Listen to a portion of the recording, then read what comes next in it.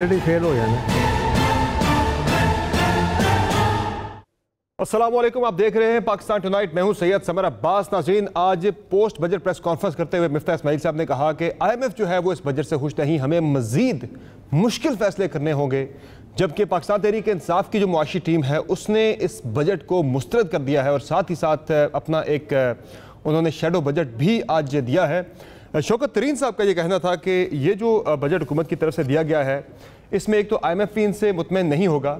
Number 2, उन्होंने ये कहा कि 25% ये महंगाई जो है ये 30% पर चली जाएगी, यानी कि जो ज़रूरी अशिया हैं उनकी जो कीमतें हैं उनमें इस वक्त उनकी जो कीमतें हैं तकरीबन उनमें जो महंगाई में इजाफा हुआ तकरीबन 24% पे खड़ी है, ये 30% पे चली जाएगी। जो पेट्रोलियम मसनूआत की कीमतों में मजीद इजाफा होने जा रहा आने वाले दिनों में, चूँकि पेट्रोलियम डेवलपमेंट लेवी के लिए हुकूमत ने 750 अरब रुपये का हदफ रखा है और जो लेवी की जो लिमिट है मैक्सिमम वो 30 रुपये हुकूमत पेट्रोल पे पर लीटर ले सकती थी, अब वो 50 रुपये की जा रही है पर लीटर। अगर ये गवर्नमेंट ने लेनी शुरू कर दी तो उमर अयूब साहब बिल्कुल ठीक कह रहे थे कि पेट्रोलियम मसनूआत की कीमतें पाकिस्तान के अंदर पेट्रोल और डीजल की 300 रुपये से क्रॉस कर जाएंगी आने वाले दिनों में। और मिफ्ता साहब भी कह रहे हैं कि मुश्किल फैसले करने अभी तो यानी अगर IMF खुश नहीं, हमें मजीद मुश्किल फैसले करना होंगे। वो मजीद मुश्किल फैसले क्या हैं? पहले ही पाकिस्तानी अवाम की कमर जो है महंगाई से टूट चुकी है। अब नाज़रीन, ऐसे में इमरान खान साहब ने अब से कुछ देर पहले बनीगाला में सीनियर साफियों से और एंकर से मुलाकात की, जिसमें उन्होंने 3 बड़ी अहम बातें की हैं। एक तो खान साहब को यह लगता है कि इस बजट के पेश होने के 1.5 माह बाद यह हुकूमत रुखसत हो जाएगी। दूसरा, खान साहब ये कह रहे हैं कि ताकतवर हल्के भी उन्हें भी लग रहा है कि मुआशी हालात जो हैं और जो सियासी हालात हैं मुल्क के उससे वो भी परेशान हैं। और नंबर 3, खान साहब ये कहते हैं कि अदम इस्तेहकाम से निकलने का वाहिद रास्ता इंतखाबात है। क्या वाकई इंतखाबात के अंदर ही मौजूदा जो सियासी और मुआशी जो गैर मुस्तहकम सूरत हाल है उससे निकलने का वाहिद रास्ता इलेक्शन है, या फिर इलेक्शन में मजीद अदम इस्तेहकाम है? ये भी आज के प्रोग्राम में हम डिस्कस करेंगे। और नाजरीन, पंजाब का बजट आने वाला है, वजीर ख़जाना कोई नहीं पंजाब के अंदर, बड़ी अजीब सूरत हाल है। CM साहब को आज ही बेल मिली है, वज़ीर आज़म साहब को भी आज ही बेल मिली है लाहौर हाई कोर्ट से। 16 अरब रुपए का जो उनके खिलाफ मनी लॉन्ड्रिंग का केस है और अभी तक पंजाब के अंदर सूरत हाल बड़ी गुमगू की कैफियत है कि वज़ीर ख़जाना कोई नहीं अभी तक मुतय्यन हो सका जो जिसने बजट बनाना है पंजाब का। अगले 1-2 रोज़ में बजट पेश होना है। बड़ी मुज़ाहिका खेज़ सूरत हाल पंजाब के अंदर बनी हुई है। दूसरी तरफ परवेज़ इलाही साहब कह रहे हैं कि बजट पास कराना है, बंदे पूरे करने हैं इन्होंने। अब वो अगर पूरे नहीं कर सकते तो ऑब्वियसली फिर हमजा शहबाज साहब को एतमाद का वोट लेना पड़ सकता है। अगर एतमाद का वोट लेना पड़ता है तो 186 बंदे पूरे करना उनके लिए यकीनी तौर पर नामुमकिन होगा, अपनी वज़ारत आला बचानी मुश्किल हो जाएगी। और पीपल्स पार्टी के साथ भी मामला काफ़ी ख़राब हो चुके हैं पंजाब के अंदर, चूँकि पीपल्स पार्टी वज़ारत ख़जाना मांग रही थी, वो दे नहीं रहे उन्हें। पंजाब में वज़ारत ख़जाना वो मुजतबा शुजा रहमान साहब का नाम आ रहा है कि उन्हें शायद दे दी जाए, वज़ारत ख़जाना दे दी जाएगी। तो पीपल्स पार्टी को अगर नहीं देते तो जरदारी साहब ने जो गारंटी दी थी कि बजट में पास करवा के दूंगा पंजाब का, वो कैसे पास होगा? ये भी आज के प्रोग्राम में हम डिस्कस करेंगे। प्रोग्राम में हमें ज्वाइन किया है जनाब सेनेटर ओन अब्बास बपी साहब ने, पाकिस्तान तहरीक इंसाफ से इनका ताल्लुक है। प्रोग्राम में हमें ज्वाइन किया है जनाब कादिर अहमद दोखेल साहब ने, पाकिस्तान पीपल्स पार्टी से। और हमें ज्वाइन किया है हिना परवेज़ भट्ट साहब ने, पाकिस्तान मुस्लिम लीग नवाज से इनका ताल्लुक है। अब नाज़रीन, मिफ्ता इस्माइल साहब वज़ीर ख़जाना साहब जो हैं वो आज अपोजिशन को ये कह रहे थे कि आप लोग चिल्लाएं मत, ये जो हमने इजाफा किया है कीमतों में ये हम घर नहीं लेके जा रहे, कौमी ख़जाने के अंदर जमा करवाएंगे। तो आपको ज़रा सुनाते हैं कि यही जो मिफ्ता साहब, पहले उनका आपको ये बयान सुनाते हैं फिर आपको बताते हैं कि इन्हीं की पार्टी या फिर जो हुकूमत में बैठी जमाते हैं ये आज से 2 महीने पहले तक किस तरह के बयान दे रहे थे। पहले मिफ्ता साहब का आज का बयान आपको सुनाते हैं। अगर हम थोड़ी सी मुश्किल फैसले लें तो एक एक चीज़ पे हमको ना चिल्लाएं। थोड़ा सा आप ये भी समझें कि हम ये अगर पेट्रोल महंगा करते हैं तो घर पे पैसे लेके नहीं जा रहा हूँ भाई, आपके कौम के ख़जाने में ही डाल रहा हूँ। अब नाज़रीन, यही जमाते हैं।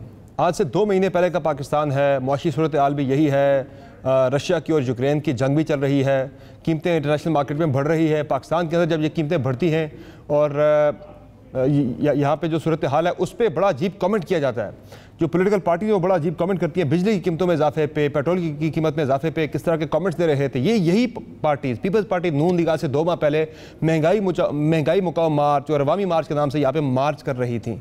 आपको सुनाते हैं कि बिलावल भुट्टो जरदारी साहब ने तो क्रेडिट भी लिया था जब खान साहब ने उनके मार्च के बाद कीमतें थोड़ी सी कम की थी कि ये हमारे मार्च की वजह से कीमतें कम हुई हैं। ज़रा ये दावा सुन लें जी। आपकी अवामी मार्च की वजह से कप्तान झुक गया, कप्तान घबरा गया, पेट्रोल की कीमतों में 10 रुपया कम हो गया। कप्तान ने तो बिजली की कीमतों में भी आपको देख के डर के 5 रुपए कमी किया है। अब नाज़रीन, यही जो हुकूमत है आज की, ये जब अपोजिशन में थी आज से 2 माह पहले तक, ये बिजली की कीमतों में इजाफे पे भी इसी तरह के बयान दिया करती थी, सियासी बयान में से कहूँगा। ज़रा ये भी सुने पेट्रोल और बिजली की कीमतों में, ज़रा सुन लेंगे। खान साहब ने अब फरवरी के एंड पे, मार्च में, जब इनको लग रहा था इनकी हुकूमत जारी और जो इन्होंने ये सब्सिडी दी है ऑयल और पेट्रोल की, IMF का माहदे के खिलाफ, खुद माहदा करा था इन्होंने ना, वो माहदे के खिलाफ जो इन्होंने सब्सिडी दी है, बेसिकली वो चेक लिख के, अगर वो $1 बिलियन लाने के लिए आपने 30 रुपए यहां से पेट्रोल और महंगा कर लिया और 160 रुपए का पेट्रोल करते हैं और लेकिन $1 बिलियन IMF से मिल जाते हैं, तो क्या ये कामयाबी है? मुस्लिम लीग नून और अपोजिशन PDM एक पैसे की भी मजीद पेट्रोल की कीमत बढ़ाने की इजाजत हुकूमत को नहीं देगी। रात के अंधेरे में ये डाके मार रहे हैं, जो पेट्रोल और तेल की कीमतें जो बढ़ाई हैं वो रात के अंधेरे में बढ़ाई हैं। अब बताएं कि रात के अंधेरे में तो डाके पड़ते हैं ना, ये आवाम की जेबों पे बहुत बड़ा डाका है ये। हमारा अंदाजा है कि 70 रुपए से कम होनी चाहिए, लेकिन आज वो 111 रुपए का। हिना परवेज भट्ट साहबा, इमरान खान को बिजली की कीमतों में, पेट्रोल की कीमत में 1 रुपए का इजाफा नहीं करने देंगे। IMF से सिर्फ $1 अरब लेने के लिए आज आपने पेट्रोल की कीमत में 60 रुपए इजाफा कर दिया, बिजली की कीमत में आपने 8 रुपए फी यूनिट इजाफा कर दिया। आप लोग जब कह रहे थे, जब खान साहब ने कीमत बढ़ाई थी पिछली गवर्नमेंट ने, तो आपने कहा था रात के अंधेरे में तो डाका डाला जाता है, तो वो डालें, डाका है, कीमत बढ़ाएं, डाका है 1-2 रुपए, आप 60 रुपए बढ़ा दें, वो डाका नहीं है यार। कि ये कैसे बयान आप लोग देते रहे? यानी कि आज से 2 माह पहले आप लोग सियासत कर रहे थे, आज वही सियासत जब PTI करी तो आप उसे करें कि चिल्लाएं मत। बिस्मिल्लाहिर्रहमानिर्रहीम। पहली तो बात है कि समर, हम यहाँ बैठ के ये बात अप्रिशिएट करें कि पाकिस्तान मुस्लिम लीग नून ने और उनके इत्तेहादियों ने आज बहुत अच्छा बजट भी पेश किया और पीपल फ्रेंडली बजट था। और चाहे आप हुकूमती स्पोक्स पर्सन को देख लें, जिस तरह वो आके उन्होंने उसके ट्रांसलेट किया, I think that was commendable. और कोई भी ऐसी चीज़ हमें बजट को क्रिटिसाइज़ करने में नहीं मिलती। और जहाँ तक आपकी पेट्रोल की कीमतों की बिजली की बात है, तो जिस तरह ये पहले भी हमने बात की कि IMF से का फरवरी 2022 में जो डॉक्यूमेंट आया उसमें लिखा हुआ था कि ये मुआहिदा इमरान खान और उनकी हुकूमत ने किया था, जिसमें उन्होंने लिखा हुआ था कि पर मंथ रुपीज़ हम इंक्रीज़ करेंगे, 4 रुपये पेट्रोल में 30 रुपये तक लेके जाएंगे। और ये उनकी ही, देखिए अगर हम बात करते हैं रियासत मदीना की, तो रियासत मदीना का तो सबसे बड़ा प्रिंसिपल होता है, सबसे इम्पॉर्टेंट प्रिंसिपल होता है कि आपने जो कमिटमेंट्स की होती हैं उन कमिटमेंट्स को ऑनर करें। तो इमरान खान ने और उनकी हुकूमत ने ये कमिटमेंट की थी IMF से, हमने तो आके उस कमिटमेंट को ऑनर किया क्योंकि हम पाकिस्तान को बचाने के लिए बिल्कुल आए, पहली बात। दूसरी बात, बिल्कुल मैं यहाँ बैठ के ये नहीं कहूँगी कि महंगाई नहीं है, पेट्रोल महंगा नहीं है, बिल्कुल महंगाई है। और मिफ्ता साहब ने भी आके ये बात की, चाहे बाकी भी, शायद खान अब्बासी साहब ने भी आके ये बात की। मेरा आपसे सवाल सिर्फ ये है, तर्जुमानों ने तो बजट को अच्छा ही कहना है ना हिना साहिबा, तर्जुमानों ने, हुकूमती तर्जुमानों ने बजट को अच्छा ही कहना है, अवाम दोस्त भी कहना है, सब कुछ कहना है। मैं आपकी सियासत में कंट्राडिक्शन की बात कर रहा हूँ कि 2 माह पहले तक जब आप अपोजिशन में थे, आप महंगाई मुकाओ मार्च कर रहे थे, उस वक्त जो है सब कुछ बुरा था। जब आपको पता था सब ये बुरा होने वाला है, तो आप फिर गवर्नमेंट में आए, क्यों आपको धक्का दिया गया या फिर किसी और वजह से, एक बड़े और मकसद के लिए आपने आगे? बिल्कुल नहीं, हम पाकिस्तान को बचाने के लिए हुकूमत में आए।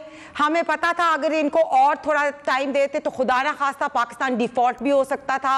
खुदा ना खास्ता इमरान खान का जो प्लान था कि श्रीलंका बन जाए पाकिस्तान, या इमरान खान का जो प्लान था कि पाकिस्तान 3 हिस्सों में बट जाएगा, या महंगाई मुकाओ मार्च किया था, मार्च के महीने में, फरवरी मार्च में महंगाई मुकाओ मार्च किया था। महंगाई खत्म तो नहीं, आपने तो बढ़ा दिया खान साहब से ज्यादा। हम अभी भी हम महंगाई खत्म करेंगे।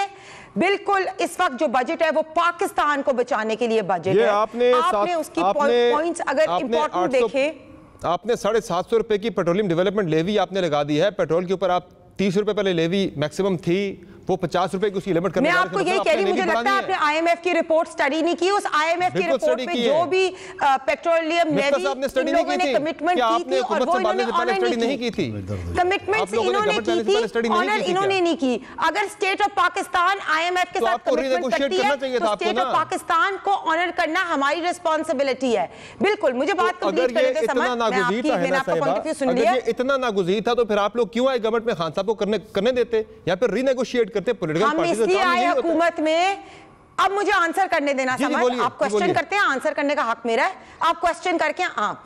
हम इसलिए आए हुकूमत में क्योंकि पाकिस्तान को बचाना था। हम इसलिए आए हुकूमत में क्योंकि पाकिस्तान को खुदा ना खास्ता इनका जो प्लान था डिफॉल्ट करने का वो ना होने दें। हम इसलिए आए हुकूमत में कि IMF से अगर इन्होंने वायदा, स्टेट ऑफ पाकिस्तान ने वायदा किया तो पाकिस्तान की एक सर्टेन क्रेडिबिलिटी है, उसको पूरा करना था। हम इसलिए आए हुकूमत में कि पाकिस्तान की इकोनॉमी जिस तरह ये और तबाह बर्बाद कर रहे थे उसको हम रिवाइव करें। और 2-3 मैं चीजें कह दूं कि आपने हुकूमत, मैं आपको ये कह दूं कि हुकूमत के तर्जुमान जो हैं वो बिल्कुल स्टेट जो बजट को तारीफ करेंगे, लेकिन कुछ चीजें आप भी कर लें कि एग्रीकल्चर मशीनरी पे 0 टैक्स, सोलर पैनल्स पे 0 टैक्स, क्लीन एनर्जी के लिए। इसी तरह अगर हम देखें कि सरकारी मुलाजमीन उनकी पे स्केल में 15% रेज। वो ट्रैक्टर तो आपने सस्ता कर दिया, डीजल कहां से देखें पूरा करेगा किसान? 300 रुपए का डीजल लेगा, ट्यूबवेल भी चलाना है। आर्ट्स एंड कल्चर नहीं, मैं वही कह रही हूँ, आप इधर बैठ के, अब मैं वही कह रही हूँ, उस चीज की भी तारीफ कर दे कि फिल्म इंडस्ट्री के ऊपर टैक्स रिबेट जो है वो दी गई। हम ये कहें कि टैक्स स्लैब्स जो है जो 1 लाख से 1.5 लाख रुपया कमाते हैं उनके ऊपर कोई टैक्स नहीं है। तो मैं वही बात करूं, अगर आपको चलाना है ना तो शेख रशीद का बयान जरूर चलाएं कि जिस तरह उन लोगों ने टाइम बॉम्ब बचा के गए, लेकिन हम पाकिस्तान को बचाने के लिए हुकूमत पे आए। अभी तो मैं जरा आप लोगों की पॉलिटिक्स की जरा कंट्राडिक्शंस की बात कर रहा हूं, बाद में उस पर भी आएंगे जरा जो चीजें जिनकी आप बात कर रही हैं। जनाब कादिर हमारी पॉलिटिक्स में कोई कॉन्ट्रडिक्शन नहीं है, बहुत बड़ी कंट्राडिक्शन है। में बैठे हुए हमारी रिस्पांसिबिलिटी है कि अगर हर डिसीजन जो उनको तनकीद किया जाए, और हुकूमत में होते हुए हमारी रिस्पांसिबिलिटी है हम पाकिस्तान को डिलीवर करें, क्योंकि PMLN ने पहले भी डिलीवर किया था और दोबारा भी डिलीवर करके दिखाया। कादिर मंदोखेल साहब, ये सारे मुश्किल फैसले खान साहब ने करने थे, बल्कि उनके वजीर खजाना जो है शौकत तरीन साहब थे, वो तो कह रहे हैं हमने तो किसी सूरत में भी ना पेट्रोल की कीमत बढ़ानी थी, ना हमने डीजल की कीमतें बढ़ानी थी, हमने और इसकी मैनेजमेंट हमने की हुई थी सारी। आप लोगों ने आके सारी की सारी शराइत मान ली, IMF की अपने खाते में ले लिया सारा कुछ जो खान साहब ने लेना था, या फिर शायद ना भी लेते, मैनेजमेंट कर लेते। पॉलिटिकल गवर्नमेंट का काम होता है कि किसी भी तरह से मुआशी चीज़ों को मैनेज करके अवाम को ज़्यादा से ज़्यादा तहफ़्फ़ुज़ देना होता है उस महंगाई की वेव से। आपने तो अवाम पे ही सारा कुछ डाल दिया, ये तो कोई भी कर सकता है।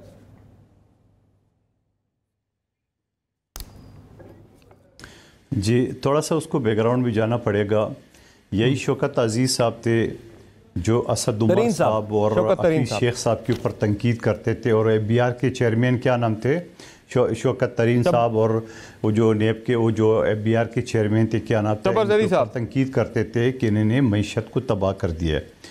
जब ज़ैदी साहब, जब उसको नौकरी मिल गई है तो फिर मईशत ठीक हो गई। आप मुझे थोड़ी सी एक बात बता दें कि जब आप IMF के साथ मुआहदे करते हो तो एज़ ए रियासत पाकिस्तान के आप नुमाइंदा थे, सेलेक्टेड ही क्यों नहीं है, तो हमें वो ऑन करना पड़ता है। जैसे हमने रूस के दौरे को मेरे चेयरमैन ने ऑन किया है, मैंने और हमारे दूसरे साथियों ने उस वक्त हमने मुखालफत की है कि रूस और यूक्रेन के टाइम में न रूस के पास कोई जाता है, न इमरान नाजी के पास न इसको कोई बुलाता है। तो वो कहते हैं कि आधे घंटे की मीटिंग 3:30 में हो गई, तो हमने उस वक्त मुखालफत की कि इस शख्स को इस वक्त नहीं जाना चाहिए। मगर जब मेरे चेयरमैन वज़ीर ख़ारजा बने और उसने उस दौरे को ऑन इस वजह से किया है कि उस वक्त ये रियासत पाकिस्तान को रिप्रेजेंट करे थे। अब मुझे एक बात बताए, अब आपको याद होगा चौधरी सरवर जो इनके साबिक गवर्नर पंजाब थे, उन्होंने लंदन में बयान दिया था कि मौजूदा हुकूमत ने यानी इमरान नियाज़ी साहब की हुकूमत ने सब कुछ IMF को लिखा दिया है। और फिर आपके शो में